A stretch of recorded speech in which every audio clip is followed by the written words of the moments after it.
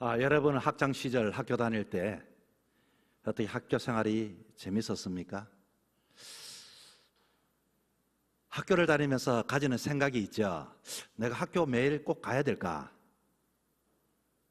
그러면서도 학교에 만약에 결석을 하게 되어지면 왠지 굉장히 마음이 불편할 때가 많았습니다. 저는 학교를 열심히 잘 다녔습니다. 6년 동안 초등학교 개건상을 받았는데 6년 동안 한 번도 빠지지 않고 개건상을 받았으면 물론 좋은 학생이지만, 그러나 더 중요한 것은 학교에 결석하지 않는 것도 중요하지만 더 중요한 것은 학교에서 가르치는 것을 잘 배웠을까 하는 것입니다. 예전에 저희들이 학교를 다닐 때는 지금도 어떤지 모르겠지만 학교 가는 것도 공부하는 것도 중요하지만 친구 만나는 것도 좋았고 도시락 까먹는 것도 좋았고, 그리고 이렇게 저렇게 아이들끼리 몰려다니는 것이 참 행복했습니다. 그럴 때는 어머니가 말하죠. 좀 공부 좀 하라고, 공부 좀 하라고. 그래서 마음속에 생각한 게 있죠. 야, 내가 어른이 되면 내 아이한테는 절대로 공부하라 소리 하지 않겠다. 그런데 어른이 되니까 내가 들었던 그 소리를 그대로 아이들에게 말합니다. 야, 공부 좀 해라, 공부해라, 공부해라. 그런데 세월이 이렇게 또 부모 입장이 되고 나이가 들면서 생각하는 것은 왜 그때 엄마가 공부하라고 했을 때 공부 열심히 하지 않았을까? 는 생각을 한 번쯤은 여러분도 해보았을 겁니다. 오늘 제가 여러분에게 말씀을 드리려고 하는 것은 우리 교회 생활에 대하여 말씀을 드리려고 합니다. 이 자리에 계신 우리 모두가 교회를 다니는 사람입니다. 맞습니다. 그런데 교회를 다니는 사람은 한 번쯤은 또 이런 질문을 해보게 되지요. 내가 예수를 믿긴 믿지만 꼭 하나님만 잘 믿으면 되지 꼭 교회에 나와야 하는가? 매주마다 교회 나와야 하나님을 잘 믿는 것인가 하는 질문을 하게 됩니다. 신앙은 하나님과의 관계지 꼭 내가 이 교회를 와야 내가 예수 믿는 사람이 될까 하는 생각을 하게 되죠. 두 번째 질문은 또 어떤 질문인가 하니, 내가 교회를 이렇게 매주마다 오긴 하는데 목사님이 매 예배 시간 빠지지 말라고 하는데 교회를 다닌다는 것은 과연 무엇인가? 어떻게 한번 해보지 않았습니까? 첫째 질문에 대한 것은 하나님만 믿으면 되지 꼭 교회를 다녀야 하는가? 오늘 이 시대를 보면 개인 신앙이 참 중요합니다. 그래서 모두 혼자 예배를 드리고 혼자만의 방식으로 하나님을 믿는 사람들이 많이 있습니다. 그래서 믿음이라고 하는 것도 마치 개인주의적인 그런 생각을 하게 되어지지요. 신앙은 하나님을 믿으면 되지 왜 꼭 교회에 와야 하는가 하는 것입니다. 지난 봄 교회 하단에 장미와 해양목을 심었습니다. 이렇게 심겨진 그 나무는 혼자 가만히 내버려 두면 자기가 알아서 잘 자랄까요? 심겨진 나무가 알아서 뿌리 내리고 꽃을 피울 수 있으면 얼마나 좋겠습니까? 그런데 어느 날 제가 장미를 가만히 보니까 장미 몽우리에 벌레가 그곳에 있어서 장미가 몽우리가 피기 전에 썩어져 가는 모습을 보았습니다. 얼마나 안타까운지 모릅니다. 그리고 장미 밑에 보니까 새까맣게 벌레들이 이렇게 있는데 그냥 그거 내버려 두면 그것이 잘 자랄 수 있을까 하는 겁니다. 해양목도 마찬가지입니다. 우리 권사님이 이렇게 허물에서 그렇게 귀하게 심겨진 나무가 우리 성도들이 땅을 파고 심고 줄을 맞췄는데 어느 날 봤더니 노랗게 색이 변해갑니다. 그냥 그렇게 심기만 주면은 자기가 알아서 자라면 얼마나 좋겠습니까? 그런데 이것을 보면서 우리가 사람이라고 하는 것도 마찬가지지만 사람은 혼자 존재하는 것이 아니라 사람은 서로 기대어서 사람 인자가 되는 것처럼 이번 여름에 아무리 그렇게 덥고 벌레가 가득하고 그래서 성도들이 이것을 보면서 아이고 저 어떻게 잘 키워야 되는데 싶어서 어떤 이는 물도 주고 땅에 영양이 부족한가 싶어서 땅이 좋지 않은가 싶어서 커피가루도 뿌려주기도 하고 그래도 시들시들해집니다. 또 어떤 분은 저에게 전화를 했습니다. 목사님 그거 자꾸 주고 가는데 가만히 뒀어야 되겠습니까? 그 소리 들으니까 마음이 아픈 거예요. 그래서 아마 그 벽 가까이 심겨져 있으니까 여름에 얼마나 뜨겁습니까? 복사열로 인해서 그거 다 타 들어가는데 그것 좀 뭔가 널빤지라도 나무를 쭉 교회 벽면에 대어서 복사열을 없애주면 좀 잘하지 않을까요? 모두가 염려하고 걱정하지만 그것을 살려낼 이와 같이 방법이 없습니다. 여러분, 주의 동산에 심겨진 그 나무 알아서 자라면 좋을 텐데 병충해로 인하여 뜨거운 태양볕에 의해서 열기로 인해서, 그래서 제가 이 특전을 내렸습니다. 종묘상에 가봤죠. 제가 우리 교회에 하단이 있는데 장미를 심어두고 거기에 해양목을 이렇게 심어뒀는데 노랗게 변해가는데 이거 어떻게 방법이 없겠냐고 했더니 그분이 언제 심었냐 하는 겁니다. 봄에 심었다니까. 이 봄에 알이 뿌리가 이렇게 잘 안착되었으면 좋겠는데 얼마나 가물고 태양이 뜨거운지 뿌리만 든든하게 안착이 되면은 어떤 가뭄에도 견딜 수가 있는데 아직 심은 지가 얼마 안 됐으니 좀 더 일찍 왔으면 와야 하는데 지금이라도 여기 뿌리를 빨리 안착할 수 있는 것들을 이렇게 한번 뿌려보라고 해서 뿌리 착상 발육용이라고 이렇게 영양제를 사왔습니다. 그래서 큰 한말통에다가 거기에 3숟가락을 넣고 막 물을 가지고 막 뿌립니다. 뿌리면서 내 마음이 그래요. 이거 좀 이렇게 뜨거워도 좀 뿌리만 잘 내렸으면 참 이겨낼 수 있는데 도무지 이겨내지 못하고 파란 것들이 노랗게 이렇게 바뀌어지니까 너무너무 마음이 아픈 거예요. 여러분, 우리가 신앙이라고 하는 것은 혼자 자라날 수 있는 게 아닙니다. 신앙이라는 것은 모든 사람이 혼자서 자기가 잘 자라날 수 있는 사람은 신앙도 필요가 없습니다. 자기가 알아서 자라면 됩니다. 그러나 연약한 자를 도우라고 단순한 나무 이야기가 아니라 신앙의 문제입니다. 영혼의 문제입니다. 그래서 교회가 필요하고 돌보는 자가 필요하고. 두 번째 질문은요, 나는 교회를 다니는 사람인데 다닌다는 것은 과연 뭔가? 친구 따라 한번 와서 사람들이 많아 좋네, 좋은 말씀 들어서 그래도 안 듣는 것보다 유익하지 하다가, 그러나 뜨거운 태양빛이 오고 시련이 오면은 그만두기가 쉽습니다. 그렇다면 우리는 질문하게 되죠. 교회를 다닌다는 건 뭘까? 우리가 일정한 시간에 발걸음을 옮기면 되죠. 내가 좋은 식당 소개받으면 한 번은 맛이 있어서 참 좋은데 매일 그곳에 그 맛난 음식 먹는 것도 때로는 지겨울 수도 있고, 그러나 우리가 교회 다닌다는 이 의미, 여러분, 교회를 다니는 것은 누구든지 다닐 수가 있습니다. 여기 앉아있지만 어떤 이는 구경꾼처럼 이와 같이 예배를 드릴 수도 있고, 어떤 사람은 이와 같이 나도 하나의 지체가 되어서 다른 사람이 힘들어하고 어려워하면 내가 더 아파하면서 같이 참여하여 다닐 수 있습니다.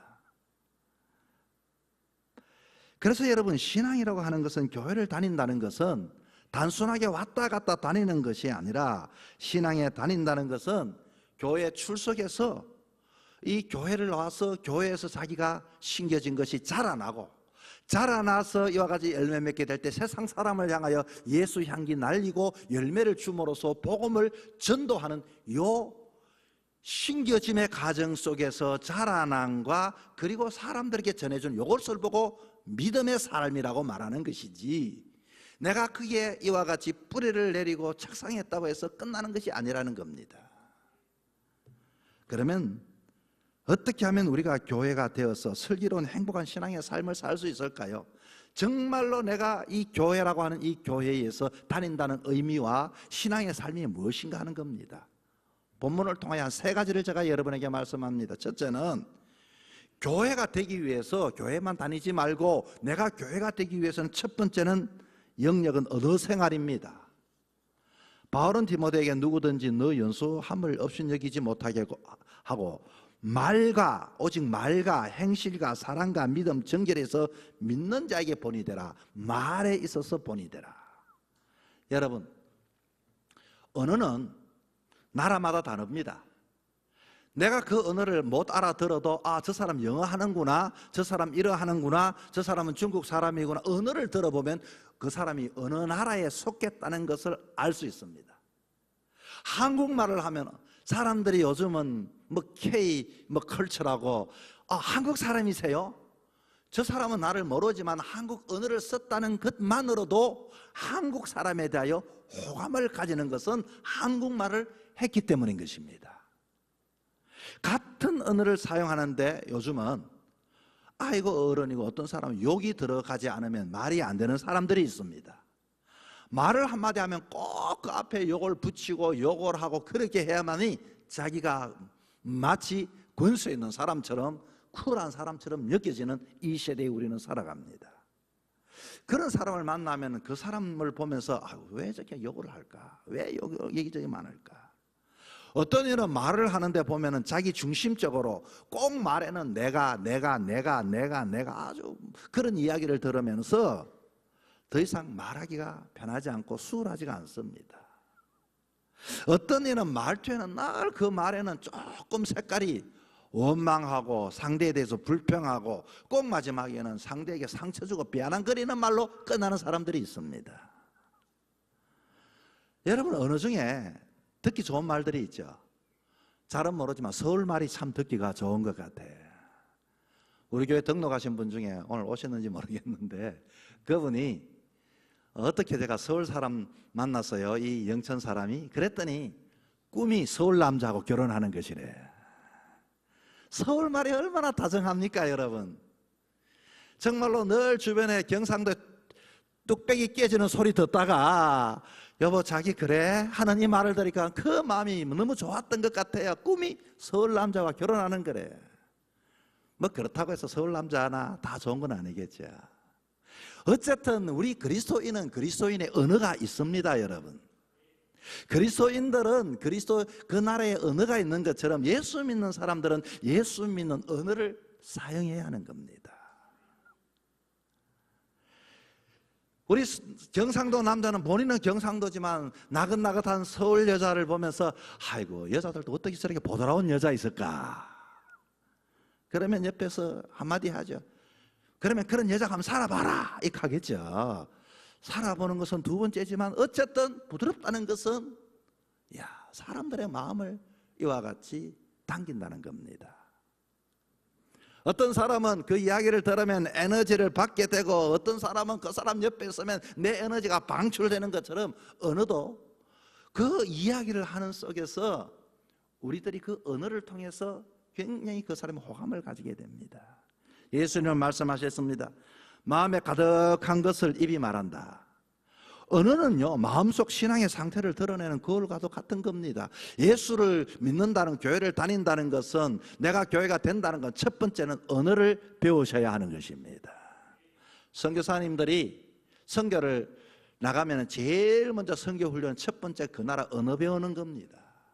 언어를 배워서 그 사람과 소통하는 이야기입니다. 여러분, 우리의 삶 속에서 이렇게 불평하는 사람이 아니라 저 사람이 늘 다정하게 하면 그 사람한테 마음이 가게 되어 있는 겁니다. 우리가 교회만 다니지 말고 교회가 된다는 것은 내가 교회 언어를 배워서 사람들을 감동을 줄 수 있는 사람들이 되어야 하는 것입니다. 교회는 어떤 곳입니까? 교회는 서로를 세워주는 공동체입니다. 교회 안에 성도들의 언어는 서로 넘어뜨리는 언어가 아니라 서로 세워줘야 합니다. 작은 농담 하나에도 사랑이 묻어나야 합니다. 그 사람의 이야기를 들어보면 고개가 끄덕여지고 눈물이 닦여지고 이와 같이 손을 잡고 기도하게 되어지고 용기를 얻게 되어지고 격려하는 그 말 어떻습니까? 교회 안에서 여러분 상처받았어야 되겠습니까? 만약 거기 아직도 내가 신앙생활 10년, 20년 함에도 내가 이 나라 말을 배우지 못했다면, 세우는 말을 배우지 못했다면, 영혼 살리는 복음을 배우지 못했다면 여러분 아이들처럼 하나님 앞에 기도해야 합니다. 주님, 내 입술이 변화되어서 하나님 나라의 언어를 사용할 수 있도록 변화시켜 주옵소서. 여러분 기도할 수 있기를 바랍니다. 새 황금문이라고 하는 시가 있습니다. 말하기 전 새 황금문을 지나게 하라. 첫째 문은 너 마음에 말하기 전에 간사함이 있는가를 살펴보라. 두 번째는 내가 이 말을 꼭 해야 할 말이었는가? 내 마음속에 참된 대답을 하고서 그렇다면 하라. 셋째는 가장 좁은 문입니다. 정말로 내가 하는 이 말에 사랑이 묻어서 우러나온 친절한 말이냐? 이 세 문을 지나 너희 입에 왔을 때 비로소 너가 담대히 우물쭈물하지 말고 담대히 말해주라. 여러분, 우리가 교회를 10년, 20년 다닙니다. 우리가 교회가 다닌다는 것은 내가 교회가 된다는 의미입니다. 교회가 된다는 의미는 내가 첫 번째로 언어가 그 나라의 언어를 배워야 합니다. 저와 여러분의 언어 생활을 통하여 영원히 살아날 수 있기를 주의 이름으로 축복합니다. 두 번째는 교회가 된다는 것은 영역은 진실한 삶의 모습입니다. 사울은 디모데에게 오직 말과 행실과 사랑과 믿음과 정결에 있어 믿는 자에게 본이 되어라고 말합니다. 본이 되어라. 여러분, 말과 행실이 일치할 때 신앙이 드러납니다. 우리의 신앙은 말로만 증명되지 않습니다. 나는 하나님을 믿습니다. 아무리 고백해도 삶 속에 고백이 나타나지 않는 삶이 있다면 그것은 거짓말입니다. 사람들은 다 압니다. 저 사람 마음과 속마음과 말이 다르다는 것을. 세상 사람은 우리에게 말하지 않지만 늘 언제나 우리에게 묻고 있는 질문이 있습니다. 당신이 그리스도인으로 그런 말을 한다면 당신이 말한 대로 살아보도록 노력해 보십시오. 교회 안에도 마찬가지입니다. 우리는 겉으로는 신실해 보이지만 속으로는 다릅니다. 예수님께서는 이런 자들을 보고 바리새인들을 향하여 꾸짖었습니다. 뭐라고 했습니까? 겉과 속이 다르다고, 해칠한 무덤이라고. 여러분, 교회는 건물이 아닙니다. 성도들의 삶으로 증명하는 삶이 되어야 합니다. 우리가 하루 일어나서 우리가 말하는 것 모두가 거짓이 아닌 진실한 삶, 내 삶의 모습이 변화되지 않고는 우리는 교회가 되어질 수가 없고 성도가 되어질 수가 없는 겁니다. 우리가 작은 삶을 살아간다 할지라도, 작은 시간 속에 있다 할지라도 거짓을 버리고 진실한 삶으로서 교회의 모습을 보여줄 수 있는 저와 여러분의 삶이 되기를 주 이름으로 부탁을 드립니다. 셋째는 교회 되기 위하여 세 번째 영역은 사랑과 믿음과 정절이 있어야 합니다. 말과 행실은 외적인 영역이라면은 이 사랑과 믿음과 정절은 내적인 영역입니다. 내 자신이 나에 대한 이야기입니다. 여러분, 사랑은 뭡니까? 예전에 제가 한 말씀에 사랑은요, 자기의 수고와 희생 없는 것은 사랑이 아니라고 했습니다. 여러분, 사랑하게 되면 어떤 말도 나는 다 오픈된 마음인 대로 받아들입니다. 이해합니다. 용서합니다. 모든 것들을 받아들입니다. 다툼이 없습니다. 회의가 필요가 없습니다. 따지는 것이 없습니다. 맞고 틀리고 논리가 없습니다. 내 자식이 어떤 일을 했다 할지라도 내가 사랑할 준비가 되어 있는 사람은 내가 지난번에 희생해도 이번에도 희생할 준비가 되고 수고할 마음이 있습니다. 사랑, 교회는 사랑입니다. 뿐만 아니라 믿음은 뭡니까? 믿음은 역사성이라고 말씀드린 적이 있습니다.